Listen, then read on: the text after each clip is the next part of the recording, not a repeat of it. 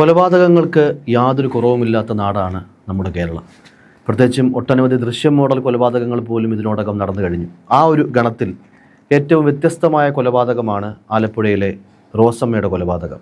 നമുക്ക് ഇന്ന് ആ ഒരു കൊലപാതകത്തെ പറ്റി സംസാരിക്കാമെന്ന് തോന്നുന്നു. ശരിക്കും എന്തായിരുന്നു ഈ ഒരു കൊലപാതകത്തിലേക്ക് പ്രതിയെത്താനുണ്ടായ ഒരു കാരണവും അതിനുള്ളൊരു മോട്ടീവും? ഈ ദൃശ്യം മോഡൽ കൊലപാതകം എന്ന് പറയുന്നത് ഈ ആലപ്പുഴയ്ക്ക് വലിയ ഉത്തരിയല്ല, ഇഷ്ടം പോലെ അവിടെ നടക്കുന്നുണ്ട് ദൃശ്യം മോഡൽ കൊലപാതകം. അവിടുത്തെ മണ്ണിൻ്റെ പ്രത്യേകതയാണെന്നറിയില്ല, കാരണം അവിടെ കുഴിച്ച എളുപ്പം കുഴിക്കാൻ പറ്റും, വലിയ ബുദ്ധിമുട്ടൊന്നുമില്ല. ഒരാൾ വിചാരിച്ചാൽ വലിയ കുഴിയൊക്കെ എടുക്കാൻ പറ്റും. ആലപ്പുഴയുടെ മണ്ണിൻ്റെ ഒരു പ്രത്യേകത അതാണ്. ഇനി അതുകൊണ്ടാണോ എന്നറിയില്ല, ആളുകളെ തല്ലിക്കൊല്ലുക, കുഴിച്ചിടുക എന്നുള്ള രീതി അവിടെ കുറേ ഉണ്ടായിട്ടുണ്ട്. 2024 മാത്രം 7 മാസത്തിനിടെ 6 പേരെയാണ് അവിടെ കുഴിച്ചിട്ട കഥ പുറത്തു വന്നത്. ഈ പറയുന്ന പോലെ അവിടെ ഒരു യുവതി അവരെ കൊന്നു കുഴിച്ചിട്ട കല മാന്നാറിലെ കല അടക്കം 6 കൊലപാതകങ്ങൾ അവിടെ ഈ ഒരു 7 മാസത്തിനിടെ 2024 പുറത്തു വന്നിട്ടുണ്ട്. 7 മാസത്തിനിടെ മാത്രം ചോരക്കുഞ്ഞു മുതൽ വയോധിക വരെയുള്ള 6 പേര്, ഇത്രയും പേരുടെ കൊലപാതക കഥകളാണ്, കുഴിച്ചിട്ട കഥകളാണ് അന്ന് 2024 ആലപ്പുഴ ജില്ലയിൽ മാത്രം റിപ്പോർട്ട് ചെയ്യപ്പെട്ടത്. അതിലൊന്നാണ് ഈ റോസമ്മ കൊലക്കേസ്. റോസമ്മ കൊലക്കേസ് അതീവ ദുഃഖകരമായിട്ടുള്ളൊരു കൊലപാതകം എന്ന് തന്നെ പറയാൻ പറ്റും. ദുരൂഹമാണ്, ദുഃഖകരമാണ്, നിഗൂഢമാണ്. ആ രീതിയിലാണ് കൊലപാതകത്തിൻ്റെ മൊത്തത്തിലുള്ളൊരു സ്റ്റൈല്. ദുഃഖകരം എന്ന് പറയുന്നത് ഈ റോസമ്മയ്ക്ക് 61 വയസ്സ് പ്രായമുണ്ട്. ജീവിതത്തിൽ എല്ലാ അർത്ഥത്തിലും ഒറ്റപ്പെട്ടു പോയ ഒരു സ്ത്രീയാണ് ഈ റോസമ്മ. അവരുടെ ഭർത്താവ് അവരെ ഉപേക്ഷിച്ചു, മക്കളുമായി കാര്യമായ ബന്ധമില്ല. അങ്ങനെ മൊത്തത്തിൽ ജീവിതത്തിൽ ഒറ്റപ്പെട്ടു പോയ സ്ത്രീ ഈ അടുത്തുള്ള കുറച്ച് വീടുകളിലൊക്കെ വീട്ടുജോലിക്ക് പോയാണ് ജീവിച്ച് വരുന്നത്. അതും അവർക്ക് സ്വന്തമായുള്ള വീട്ടിലല്ല അവർ താമസിക്കുന്നത്. അവരുടെ സഹോദരനായിട്ടുള്ള ബെന്നി എന്ന് പറയുന്ന അവരുടെ മൂത്ത ജ്യേഷ്ഠൻ്റെ വീട്ടിലാണ് ഇവർ ജീവിക്കുന്നത്. ഈ ബെന്നിയുടെ ഭാര്യ നേരത്തെ തന്നെ മരണപ്പെട്ട് പോയതുമാണ്. അങ്ങനെ ഇരിക്കെ ബെന്നിയുടെ വീട്ടിൽ ഇവർ താമസമാകുന്നു, വീട്ടുജോലിക്ക് പോകുന്നു. അത്യാവശ്യം കുറച്ച് പൈസ കിട്ടുന്ന തുച്ഛമായിട്ടുള്ള പൈസയൊക്കെ സ്വരുക്കൂട്ടി വെച്ച് അവർ ജീവിതത്തെ ഇങ്ങനെ മുന്നോട്ട് നയിക്കുകയാണ്. ഈ ബെന്നിയാണെങ്കിൽ കൽപ്പണിക്കാരനാണ്, കല്ലിൻ്റെ പണിയാണ്, കെട്ടിട നിർമ്മാണ ജോലികളൊക്കെയാണ് ഇയാൾക്ക് ഉള്ളത്. അതുകൊണ്ട് തന്നെ കെട്ടിട നിർമ്മാണവുമായി ബന്ധപ്പെട്ട സാവധാന ഈ ജോലി സാമഗ്രികളൊക്കെ സൂക്ഷിക്കുന്നത് ബെന്നിയുടെ വീട്ടിലുമാണ്.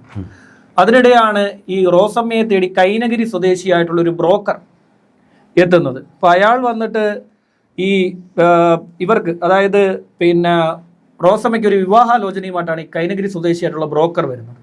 അപ്പോൾ ഈ ബ്രോക്കർ വന്നിട്ട് ചമ്പക്കുളം സ്വദേശിയായിട്ടുള്ള ഈ റോസമ്മയുടെ സമാന പ്രായമുള്ള ഒരു മനുഷ്യൻ, അയാളും ഈ പറയുന്ന പോലെ ഭാര്യ നഷ്ടപ്പെട്ട് ജീവിക്കുന്ന ഒരാളാണ്. അയാളുടെ ഒരു വിവാഹാലോചനയാണ് റോസമ്മയ്ക്ക് വേണ്ടി കൊണ്ടുവരുന്നത്. അപ്പോൾ അയാൾക്കും ഈ ജീവിതത്തിൻ്റെ വാർദ്ധക്യ കാലഘട്ടത്തിൽ ആരെങ്കിലുടെയും ഒരു തുണ ആവശ്യമാണ്. അതുകൊണ്ടാണ് അയാൾ ആ വിവാഹ ആലോചനയുമായി ഈ പറയുന്ന കൈനഗിരിയിലെ ബ്രോക്കറെ സമീപിച്ചത്. കൈനഗിരിയിലെ ബ്രോക്കർ നോക്കിയപ്പോൾ അത് റോസമ്മയും ആ രീതിയിൽ ജീവിക്കുന്ന ഒരാളാണ്. അപ്പോൾ രണ്ടുപേരെയും ചേർത്ത് വയ്ക്കാം എന്നൊരു ചിന്തയിലാണ് ഇദ്ദേഹം മാർച്ച് മാസത്തിൽ എത്തുന്നത്. അങ്ങനെ മാർച്ച് മാസത്തിൽ എത്തുന്ന ബ്രോക്കർ ഈ വിവരം റോസമ്മയോട് പറയുന്നു. റോസമ്മ ആദ്യം അതിനോട് താല്പര്യം കാണിക്കുന്നില്ല. പിന്നീട് റോസമ്മയോട് ഈ പറയുന്ന ബ്രോക്കർ തന്നെ പറയുന്നു, നിങ്ങൾ ഈ വിവാഹത്തിലേക്ക് പോവുകയാണെങ്കിൽ നാളെ എന്തെങ്കിലും ഒരു ബുദ്ധിമുട്ടുണ്ടാകുമ്പോൾ രണ്ടുപേർക്കും അങ്ങോട്ടും ഇങ്ങോട്ടും പരസ്പര പൂരകങ്ങളായി മുന്നോട്ട് പോകാൻ സാധിക്കുമല്ലോ എന്നുള്ള കാര്യമൊക്കെ പറഞ്ഞു വെക്കുമ്പോൾ റോസമ്മ ആലോചിക്കുമ്പോൾ അത് ശരിയാണ്.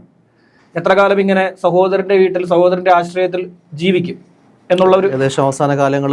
അതെ, 61 വയസ്സുണ്ട് ആ സമയത്ത് പ്രായം. അപ്പം അങ്ങനെ വിവാഹം കഴിക്കാൻ വേണ്ടി റോസമ്മ തീരുമാനിക്കുകയും റോസമ്മ ഈ വിവരം സഹോദരനെ അറിയിക്കുകയും ചെയ്തു. അതായത് ബെന്നി എന്ന് പറയുന്ന ഈ പറയുന്ന കെട്ടിട നിർമ്മാണ തൊഴിലാളിയായിട്ടുള്ള ജ്യേഷ്ഠനെ അറിയിച്ചപ്പോൾ ജ്യേഷ്ഠൻ ഇതിനോട് വലിയ എതിർപ്പ് പറയുകയാണ്. സഹോദരിയെ വിവാഹം കഴിച്ച് അയപ്പിക്കാൻ ബെന്നി തയ്യാറല്ല എന്നുള്ളതാണ് ഇതിൻ്റെ ഒരു കാര്യം.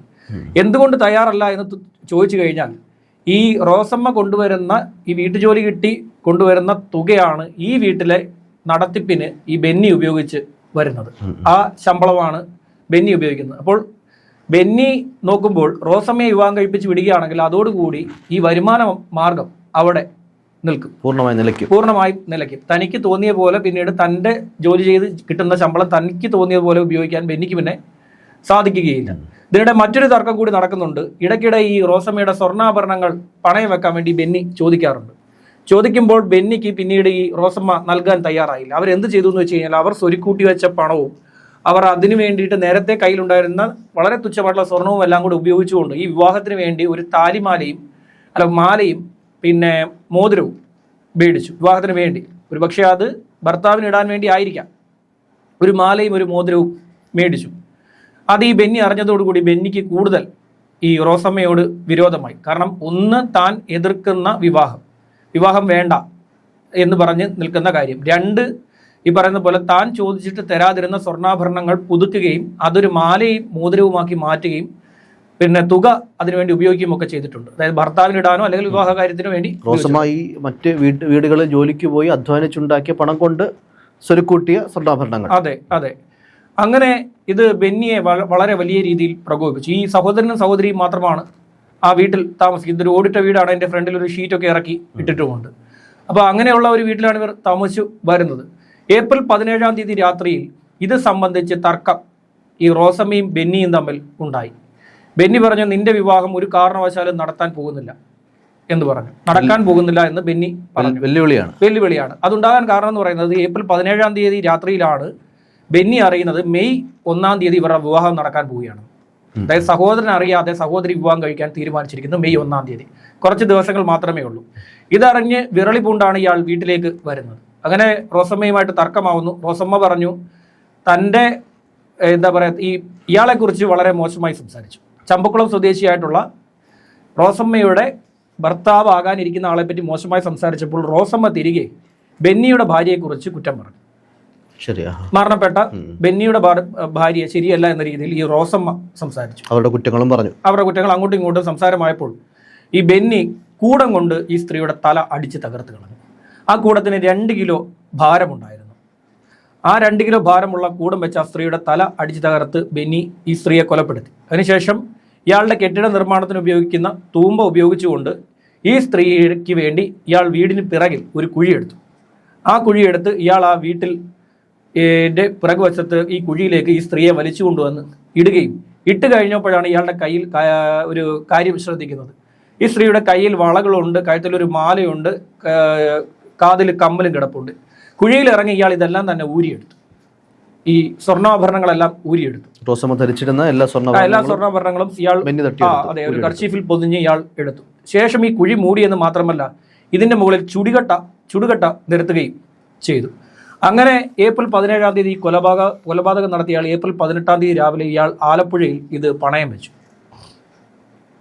സ്വർണ്ണാഭരണങ്ങളെല്ലാം പണയം വെച്ചു. അതെ.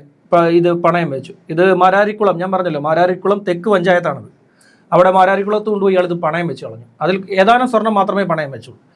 ബാക്കിയുള്ളവ ഇയാൾ പൊതിഞ്ഞ് ഒരു 1/2 അടിയോളം താഴ്ചയിൽ വീടിന് പരിസരത്ത് തന്നെ ഇയാൾ ഇത് കുഴിച്ചിടുകയും ചെയ്യുകയുണ്ടായി. അതിനുശേഷം സാധാരണഗതിയിൽ ഒന്നും നടക്കാത്ത രീതിയിൽ ഇയാൾ ഇങ്ങനെ മുന്നോട്ട് പോയി. അപ്പോൾ ഇവർക്ക് അവിടെ ഒരു ബന്ധുവുണ്ട്, സുജാനിൽ എന്ന് പറഞ്ഞൊരു ബന്ധുവുണ്ട്. അവർ അന്നത്തെ പഞ്ചായത്ത് അംഗമാണ്. ഇപ്പോൾ അവർ പഞ്ചായത്ത് അംഗമാണോ എന്ന് എനിക്കറിയില്ല, ഇത്തവണ അവർ മത്സരിച്ചോന്നും എനിക്കറിയില്ല. അവരന്ന് ഈ സ്ത്രീയെ 2-3 തവണ ഏപ്രിൽ 18-ാം തീയതി മുതൽ ഇവർ തേടി തുടങ്ങിയപ്പോൾ ഈ ജോലിക്ക് പോയിരിക്കുകയാണ്, മറ്റ് വീടുകളിൽ ജോലിക്ക് പോയിരിക്കുന്നു, വീട്ടുജോലിയാണല്ലോ, അവിടെയൊക്കെ പോയിരിക്കുകയാണെന്ന് പറഞ്ഞു. സുജാനിൽ ഈ പറയുന്ന റോസമ്മയെ വിളിക്കുമ്പോൾ റോസമ്മയുടെ ഫോണിൽ കിട്ടുന്നതുമില്ല, ഫോൺ സ്വിച്ച് ഓഫുമാണ്. മറ്റു വീട്ടിൽ പോയിരിക്കുന്നുള്ളത് ബെന്നി പറഞ്ഞുള്ള മറുപടി മാത്രമാണ്. സുജാനിൽ വീണ്ടും ഈ വീട്ടിലേക്ക് എത്തിയതോടുകൂടി ഏപ്രിൽ 24-ാം തീയതി പൊട്ടിക്കരഞ്ഞുകൊണ്ട് ബെന്നി സമ്മതിച്ചു താൻ സഹോദരിയെ കൊലപ്പെടുത്തി പുറകുവശത്ത് കുഴിച്ചിട്ടിരിക്കുകയാണ് എന്നുള്ളത്. അവിടെ നിന്നാണ് ഈ കേസിന്റെ തുടക്കം ഉണ്ടാകുന്നത്. അതായത് കേസ് നിയമപരമായിട്ടുള്ള നടപടികൾ ആരംഭിക്കുന്ന അവിടെ നിന്നാണ്. രാവിലെ ഒരു 11 മണിയോടുകൂടി ആലപ്പുഴ നോർത്ത് പോലീസിലെ അന്നത്തെ SHO ആയിട്ടുള്ള സുമേഷ് സുധാകരന് വിളിച്ചത് ഈ പറയുന്ന ഈ സ്ത്രീയാണ്, സുജാനിലാണ് വിളിച്ചത്. അപ്പോൾ അവർ വിളിച്ചു പറഞ്ഞു ഇതുപോലൊരു കൊലപാതകം നടന്നിട്ടുണ്ട്, ചെയ്ത സഹോദരൻ തന്നെയാണെന്നുള്ള വിവരം സുജാനിൽ പോലീസിനോട് കൈമാറി. പോലീസ് സ്ഥലത്തെത്തി ബെന്നിയോട് ചോദിച്ചപ്പോൾ ബെന്നി ഈ കാര്യം സമ്മതിച്ചു. തുടർന്ന് പോലീസ് ചുടുകട്ട മാറ്റി മണ്ണിൽ ചവിട്ടിയപ്പോൾ മണ്ണ് ഇളകിയിട്ടുണ്ട്. അപ്പോൾ തന്നെ പിന്നെ പോലീസിന് മനസ്സിലാവുമല്ലോ ഈ കാര്യം കൊലപാതകം നടന്നു കഴിഞ്ഞു, ബോഡി അതിൻ്റെ അടിയിലുണ്ടെന്ന് പോലീസിന് മനസ്സിലായി. ഇയാളെ കസ്റ്റഡിയിലെടുക്കുകയും പിന്നീട് ആളെ വിളിച്ചു വരുത്തി കുഴി നീക്കുകയും ചെയ്തപ്പോൾ ഈ ബോഡി അതിൻ്റെ അടിയിൽ അഴുകിയ നിലയിൽ ഉണ്ടായിരുന്നു. അതിനുശേഷം ആലപ്പുഴ മെഡിക്കൽ കോളേജിലേക്ക് മാറ്റുന്നു. അവിടെ പോസ്റ്റ്മോർട്ടം നടക്കുമ്പോൾ ഈ തലയിലേറ്റ മാരകമായിട്ടുള്ള പരിക്കാണ് മരണ കാരണം. തലയൊട്ടി തകർന്നു പോരുന്നു, അടിച്ച് തകർത്തിരിക്കുകയാണ്, ചിതറിപ്പോയി തലയൊട്ടി. ഞാൻ പറഞ്ഞല്ലോ 2 കിലോ വെയിറ്റ് വരുന്ന കൂടം കൊണ്ട് പാറ അടിച്ച് തകർക്കാനൊക്കെ ഉപയോഗിക്കുന്ന, ചെറിയ കല്ലുകളൊക്കെ അടിച്ച് തകർക്കാൻ ഉപയോഗിക്കുന്ന 2 കിലോ വരുന്ന കൂടമാണ് ഇതിനു വേണ്ടി ഇയാൾ ഉപയോഗിച്ചത്. അതിനുശേഷം ഇയാൾ ഈ കൂടം, കുഴിച്ചിടാനിട്ട തൂമ്പ, അതുപോലെ കുഴിച്ചിട്ട സ്വർണം എല്ലാം തന്നെ ബെന്നി കാണിച്ചു കൊടുത്തു. ബെന്നി കാണിച്ചു കൊടുത്തൊരു വല്ലാത്ത രംഗമായിരുന്നു. ബെന്നിയെ ഇത് കാണിക്കാൻ വേണ്ടി കൊണ്ടുവരുന്ന സമയം കഴിഞ്ഞ് 1 മണിക്കൂർ കഴിഞ്ഞപ്പോൾ ഈ റോസമ്മയുടെ ബോഡി അവിടെ പൊതുദർശനത്തിന് വേണ്ടി ബെന്നിയുടെ വീട്ടിൽ കൊണ്ടുവന്നു. ഈ റോസമ്മയുടെ പൊതുദർശനത്തിന് വേണ്ടി അന്ന് അവിടെ ഒരു പന്തൽ ഒരുക്കിയിട്ടുണ്ടായിരുന്നു. ആ പന്തലിലേക്കാണ് റോസമ്മയുടെ ബോഡി കൊണ്ടുവരേണ്ടത്. ആ പന്തലിൻ്റെ പരിസരത്താണ് ഇയാൾ ഇത് കുഴിച്ചിട്ടിരിക്കുന്നത്. ഇയാൾ അവിടെ നിന്ന് റോസമ്മയുടെ ബോഡി കാണാൻ വന്ന നാട്ടുകാരുടെ മുന്നിൽ വെച്ച് സഹോദരൻ ഈ സ്വർണം കുഴിച്ചെടുത്ത് പോലീസിന് നൽകി. ഈ സമയത്ത് ഇയാൾ പൊട്ടിക്കരയുകയായിരുന്നു. പൊട്ടിക്കരഞ്ഞുകൊണ്ടാണ് ഇയാൾ എടുത്തു കൊടുത്തത്. അതായത് ചെയ്തു പോയ പാപത്തെക്കുറിച്ച് അയാൾക്ക് അപ്പോഴാണ് ഈ ബോധം വന്നത്. ഇയാൾ വിചാരിച്ചു ഇതാരും അറിയാൻ പോകുന്നില്ല, മണ്ണിനടിയിൽ എല്ലാ കാലത്തും കിടക്കുമെന്നാണ് ഇയാൾ വിചാരിച്ചത്. പക്ഷേ ഈ ഏത് ക്രൈമാണെങ്കിലും ആ ക്രൈമിന് എപ്പോഴും ആ ക്രൈം പുറത്തേക്ക് കൊണ്ടുവരാൻ എന്തെങ്കിലും ഒരു വസ്തു, അത് ഒരു ശേഷിപ്പുണ്ടായിരിക്കും. ആ ശേഷിപ്പ് സുജാനിൽ എന്ന് പറയുന്ന ആളായിരുന്നു അതിൻ്റെ ശേഷിപ്പ്. സ്ഥിരമായി വരുന്ന ആ സ്ത്രീ ഇവരെ തേടും എന്നുള്ളതിനെക്കുറിച്ചുള്ള ബുദ്ധി ഇയാൾ ആലോചിച്ചില്ല. ഒരു കൊലപാതകം നടത്തി കഴിഞ്ഞാൽ ഒരു മനുഷ്യന് ഇത്രയും 61 വയസ്സുള്ള ഒരു സ്ത്രീ, 61 വർഷം ജീവിച്ചിരുന്ന ഒരാൾ, ഒരു മനുഷ്യൻ പോലും അവരെ കണ്ടില്ല എന്ന് പറയാൻ പറ്റുമോ? ഇല്ലല്ലോ. അവർ എവിടെ പോയി എന്നുള്ളതിന് ഉത്തരം നൽകാൻ അവരുമായി ബന്ധപ്പെട്ടിരിക്കുന്ന ആൾക്ക് തയ്യാറായേ പറ്റൂ, മറുപടി നൽകേണ്ടി വരും. അങ്ങനെ ആയപ്പോൾ കൊലപാതകം പുറത്തു വന്നു. ഇത്തരത്തിൽ ആ വർഷം മാത്രം ഈ പറയുന്ന സ്ത്രീ അടക്കം 6 കൊലപാതകങ്ങൾ ഉണ്ടായിരുന്നു. ഇതിലെ മറ്റൊരു കൊലപാതകമാണ് ഒരു കുഞ്ഞിനെ കൊണ്ടുപോയി കാമുകൻ്റെ സുഹൃത്തും കൂടെ, കാമുകിയാണ് കുഞ്ഞിനെ കൊടുത്തു വിട്ടത്, കൊണ്ടുപോയി ബണ്ടിൽ കുഴിച്ചു വെച്ച ഓർമ്മയുണ്ടോ? ബണ്ടിൽ കൊണ്ടുപോയി കുഴിച്ചു വെച്ച ആ കഥ പിന്നീടൊരു ദിവസം പറയാം. ശരി.